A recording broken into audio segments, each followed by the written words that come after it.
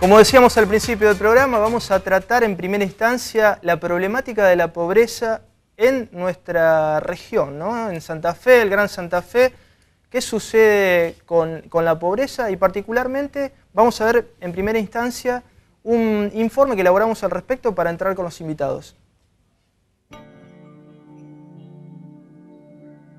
Más allá de la discusión estadística, hablamos con naturalidad sobre la pobreza, pero ¿entendemos realmente el significado y los alcances de la pobreza? La pobreza es, ante todo, un elemento constitutivo de un modo de acumulación de riqueza y poder social. Por su propia esencia, el capitalismo tiende a concentrar la economía, generando paralelamente marginación social. La sociedad está organizada de una manera determinada.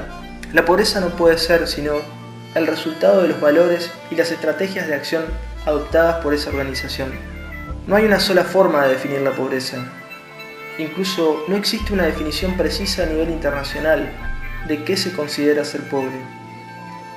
La referencia adoptada por la mayoría de los países, incluso el nuestro, fue elaborada por el Banco Mundial. El concepto de esta entidad, que considera pobre a quien tiene un ingreso menor a $1 por día, es insuficiente por varios motivos, ya que considera que solo hay pobreza por ingresos y no analiza las distintas opciones de egresos personales o familiares. Además, toma una referencia cuantitativa casi absurda, confundiendo en la práctica pobreza con indigencia, al considerar que el que come ya no es pobre. Pero más allá de las definiciones, importa estudiar caminos eficientes y genuinos para tender a suprimir la pobreza. En nuestra ciudad de Santa Fe, la marginación se manifiesta con fuerza en el cordón oeste, donde viven más de 200.000 personas. El tema de la pobreza aflora generalmente de manera espasmódica en la agenda de la política y en los medios, generalmente por alguna situación vinculada a la inseguridad, pero muy pronto vuelve a tornarse invisible. Además, predominan las visiones cortoplacistas que atravesaron distintos gobiernos de distintos signos políticos. Asistencialismo, clientelismo, son abordajes comunes desde el Estado, pero estos enfoques, lejos de brindar soluciones de fondo, reproducen la pobreza, al no dotar a los marginados de herramientas genuinas para gestionar personalmente sus medios de subsistencia. La realidad marca que es una gran deuda de nuestra clase dirigente y del conjunto de la sociedad santafesina diseñar una estrategia de largo plazo, más allá de un periodo de gobierno en particular. La filantropía, la caridad, el asistencialismo reproducen la pobreza, carecen de efectividad para cambiar la realidad. Es imperioso entender que solo eliminando y no escondiendo la pobreza, el conjunto de la sociedad, la idea de la fragmentación, la idea de los guetos sociales, sean de clases bajas o clases acomodadas en clubes de campo, tarde o temprano se muestra impotente frente a las derivaciones de la marginalidad que emanan de la pobreza. No se trata de construir muros imaginarios para separar a los ganadores de los perdedores del sistema, aquellos que ni siquiera tienen un trabajo informal. Es necesario entender que no todos los pobres pueden ser absorbidos por el mercado de trabajo. Aún en el mejor escenario de desarrollo de empresas y pymes, un sector de la población quedará al margen en los barrios más humildes. Por otra parte, el entramado productivo actual del país está fuertemente concentrado en multinacionales y no permite la integración de pymes como sí sucedió durante la vigencia del estado de bienestar en Argentina. Hoy, la industria estrella del país, automotriz, está abastecida en un 70% por fábricas radicadas en otros países. Pero más allá de la discusión de la política industrial y frente a la cruda realidad, urge diseñar un camino que estudie y garantice otras lógicas productivas para los sectores desposeídos. En nuestro país, aún sin sumar a los jóvenes que ni estudian ni trabajan, cerca de 1 millón, el universo de los llamados trabajadores informales de los barrios supera las 800.000 personas. Ellos son artesanos, vendedores ambulantes, socios de empresas recuperadas, cartoneros, recicladores, costureros, trabajadores independientes de la indumentaria, campesinos, entre otros. Sobre esas realidades urgen políticas de Estado, políticas que trasciendan la mirada de corto plazo, que superen mezquindades electorales, para lograr empoderar definitivamente a la gente, para que sean ellos mismos los forjadores de una nueva realidad.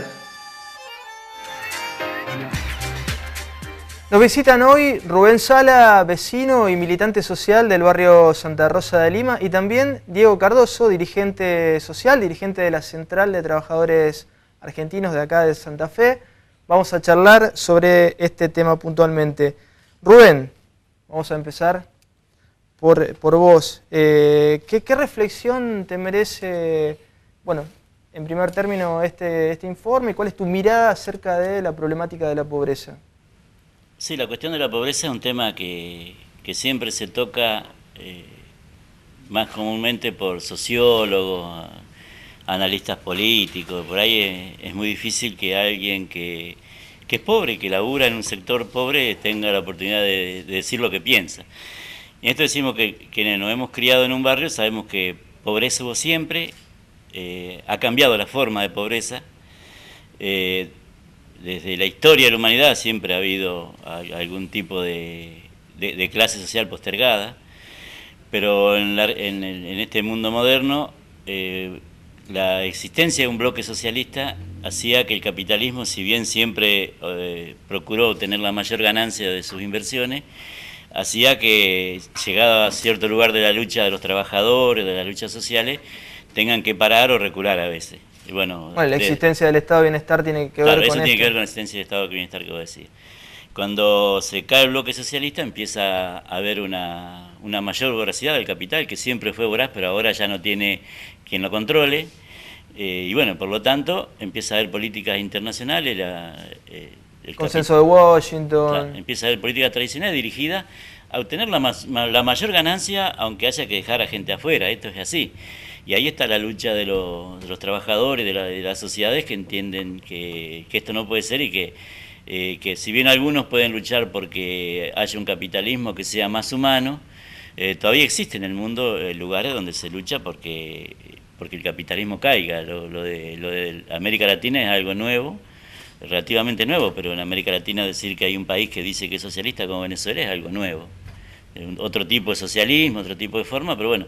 Y todo eso lleva a que en lo real, en lo concreto, en cada lugar, exista la pobreza porque es necesario que existan pobres. En la década del 90 era necesario que existan desocupados para que la mano de obra fuera más barata. El que trabajaba y tenía miedo que lo expulsen del trabajo sabía que afuera había un ejército de desocupados dispuesto a trabajar aún con menor ganancia de la que él tenía. Eso hizo que exista una sociedad que durante años viene comiendo en los comedores comunitarios, aún hoy. Se han criado 2 generaciones comiendo en comedores comunitarios sin que el padre y la madre puedan darle de comer en la mesa, que era lo tradicional, a lo que estábamos acostumbrados, aún teniendo pobreza. Eso hace que la pobreza tenga una forma diferente, porque hoy en barrios de la ciudad de Santa Fe existen pobres, por ejemplo, que pueden tener celular, pueden tener aire acondicionado o pueden tener alguna de esas cosas sin dejar de ser pobres, que era algo que antes no existía. Se puede tener internet y seguir siendo pobre. La cuestión es que no existe desde los gobiernos locales y del gobierno nacional. He visto que hay algunos esfuerzos por cambiarlo, pero aún no se llega. La necesidad de que los sectores pobres tengan algún tipo de ocupación que les permita sobrevivir y aspirar a crecer económicamente. Digo que les permita sobrevivir porque hay sectores que ya quedaron afuera y que no se pueden reinsertar más en el mercado laboral. ¿Cuál es tu mirada, Diego? Muchas gracias por venir. Bueno, gracias a ustedes. Sí, coincido plenamente con Rubén. Yo creo que nosotros creemos como CTA que evidentemente el desarrollo económico, el crecimiento económico que ha tenido este país, con sus vaivenes, producto seguramente de las crisis mundiales que en verdad siempre terminan siendo especulaciones del capitalismo y que en ese sentido las especulaciones siempre van sobre las condiciones de trabajo, siempre sobre los salarios, siempre con, diríamos, seguir teniendo las mismas tasas de ganancia a costa de puestos de trabajo o reducción salarial. Claro, quien fija las condiciones en el capitalismo es quien tiene mayor poder económico. Quien tiene mayor poder económico. De todas formas, vos lo decías hoy, una de las grandes, diríamos, estrategias que el Fondo Monetario instaló en nuestra sociedad latinoamericana a fuerza de bala, de sangre de muchos compañeros, fue la del Consenso de Washington, que es la que achicó a su máxima expresión el Estado, y esto provocó lo que dice Rubén, 2 generaciones, casi 3 generaciones de argentinos que fueron expulsados primero del Estado en términos de servicio, el Estado como un servicio inclusivo, tanto diríamos lo que es la salud, la educación, las jubilaciones, el trabajo, la vivienda, digo, los esfuerzos que hicieron los trabajadores del Estado para no retroceder tanto como quería el modelo económico neoliberal y el capitalismo fueron enormes, y de hecho hoy uno puede todavía decir, bueno, claramente esos frutos se han visto. Lo que sí está claro es que 30 años de destrucción del modelo productivo, de la redistribución de una matriz redistributiva como la teníamos en otros tiempos, evidentemente nos va a llevar muchísimo tiempo recuperarla. Aporto un dato, Diego, lo que venís planteando. En 1972 Argentina tenía una desocupación de alrededor del 2% y no existía la ocupación informal. Hoy llega al 40% la ocupación informal. Bueno, hoy yo en ese sentido digo, hay de alguna manera 2 sectores en términos del trabajo. Digo, nosotros cuando reclamábamos la asignación universal por hijo, estábamos convencidos que todos los trabajadores que eran expulsados del sector privado como del Estado, ninguno dejó de trabajar. Ninguno volvió a su barrio con una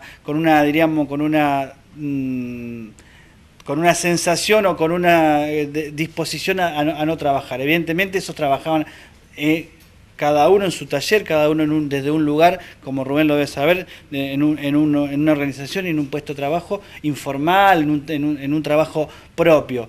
En ese sentido nosotros decíamos la asignación universal tenía que ver con garantizarle a los hijos de esos trabajadores que ya no tenían relación de dependencia, una posibilidad de tener una vida más digna.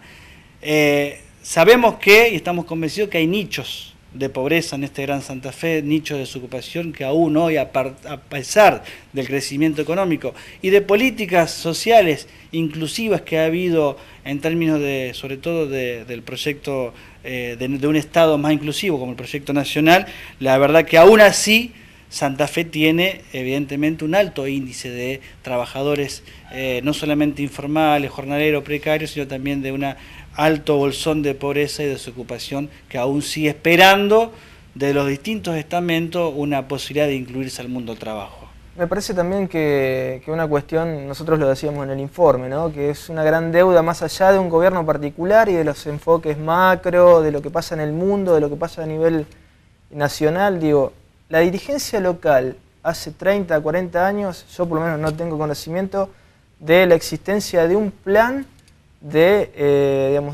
para atacar de fondo esta problemática de la pobreza, ¿no? Para tratar de generar una respuesta que saque a la gente de la pobreza. No sé cómo lo ves. Sí, porque la cuestión es la concepción de sociedad que tiene cada uno. Estos gobiernos tienen la concepción de una sociedad donde hay una clase que gobierna y manda. Es claramente, si bien esto es producto de muchos años, nunca se había visto tan claro como ahora. La cuestión de obras en la zona céntrica, en la costanera, en la zona del puerto, y ningún tipo de obra en el cordón, ningún tipo de obra importante, digo, que tenga algún costo, algún gasto para el Estado provincial o municipal. Son ningún tipo de obra, los barrios cada vez más caídos, con lo que eso significa.